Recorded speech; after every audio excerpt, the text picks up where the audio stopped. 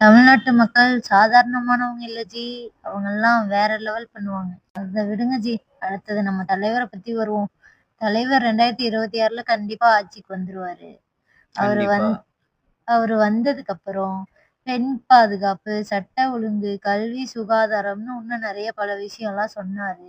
அத பத்தி நீங்க என்ன நெனைக்கிறீங்க? இதெல்லாம் பத்தி நான் என்ன நினைக்கிறேன் அப்படின்றதெல்லாம் விடங்க.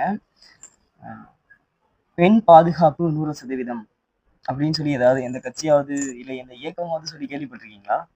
அதே மாரி சட்டம் ஒழுங்க வந்து நாங்க ஸ்ட்ரிக்ட்டா ஃபாலோ பண்ணுவோம் அப்படின்னு எந்த கட்சியாவது சொல்லி கேள்விப்பட்டிருக்கீங்களா? இல்லவே இல்ல.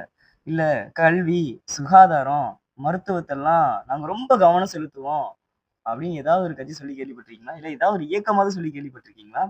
எல்லாருக்கும் ஈஸியா, ஈக்குவலா எல்லாத்தையுமே தர்றதுக்கு நாங்க தயாரா இருக்கோம் அப்படின்னு எல்லாம் சொன்னாங்க தான்.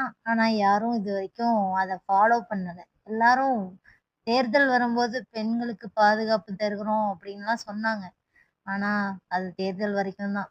அதுக்கப்புறம் அது நடந்ததா சாத்தியமே இல்ல. இதெல்லாம் நடந்துச்சு அப்படின்னா, இத விட ரொம்ப நல்லா இருக்குங்க. கேட்கும்போதே கூஸ் பம்ப்ஸா இருந்துச்சு. நடந்துச்சு அப்படின்னா, அது வேற லெவல்ல இருக்குங்க. நடக்கும்னு நம்புறேங்க.